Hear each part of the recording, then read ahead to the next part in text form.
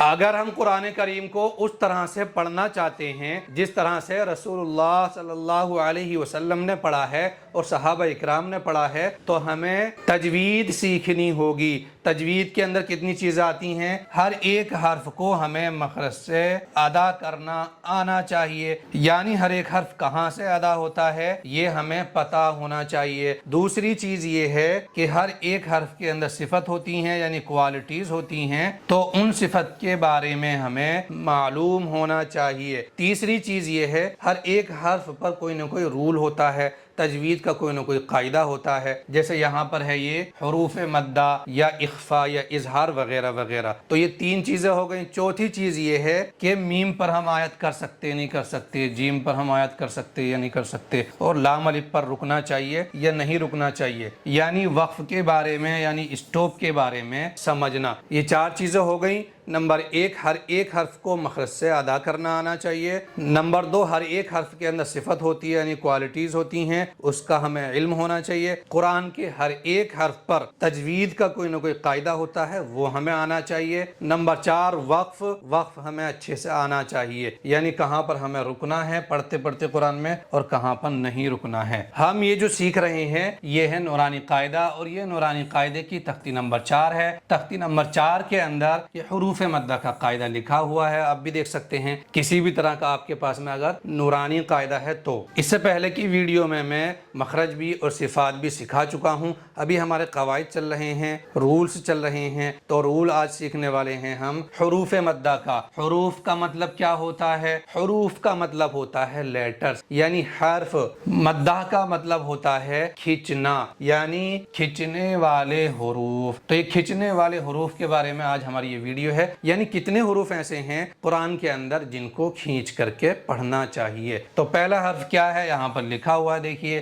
الف ہے پہلا حرف، دوسرا ہے یا، تیسرا ہے واو۔ یہ تینوں حروف مدہ ہیں، یعنی کھینچ کر پڑھے جانے والے حروف ہیں، لیکن کچھ کنڈیشنز ہیں ان کی، ان کو بھی سمجھنا بہت ضروری ہے۔ تو پہلا ہے الف، لیکن الف جب کھینچ کر کے پڑھا جاتا ہے جب الف سے پہلے والے حرف پر زبر آ جائے۔ الف سے پہلے والے حرف پر اگر زبر نہیں ہے، زیر ہے یا پیش ہے، تو پھر الف کو ہم نہیں کھینچ سکتے۔ یعنی الف جب ہی بنتا ہے حروف مدہ جب الف سے پہلے والے حرف پر زبر آ جاتا ہے۔ ٹھیک ہے، سمجھ میں آ گیا جی۔ دوسرا حرف یا ہے۔ یا حرف مد جب بنتا ہے جب یا ساکن ہو اور اس سے پہلے والے حرف پر زیر ہو۔ یا ساکن کسے کہتے ہیں؟ یہ تو ہو گئی یا کے اوپر جیسے ہی یہ سکون لگائیں گے، اس کو جزم بھی کہتے ہیں، سکون بھی کہتے ہیں۔ تو یہ سکون لگانے کے بعد میں اس یا کو کہنے لگیں گے یا ساکن۔ تو یہ یا ساکن ہی ہے، اس پہ سکون لگا ہوا ہے، اور یا ساکن سے پہلے والے حرف پر زیر ہونا چاہیے، تب جا کر یہ والی یا بنے گی حرف مد، یعنی کھینچنے والا لیٹر۔ تیسرا حروف مدہ ہے واو، لیکن واو کب بنے گا حرف مد؟ جب واو ساکن ہو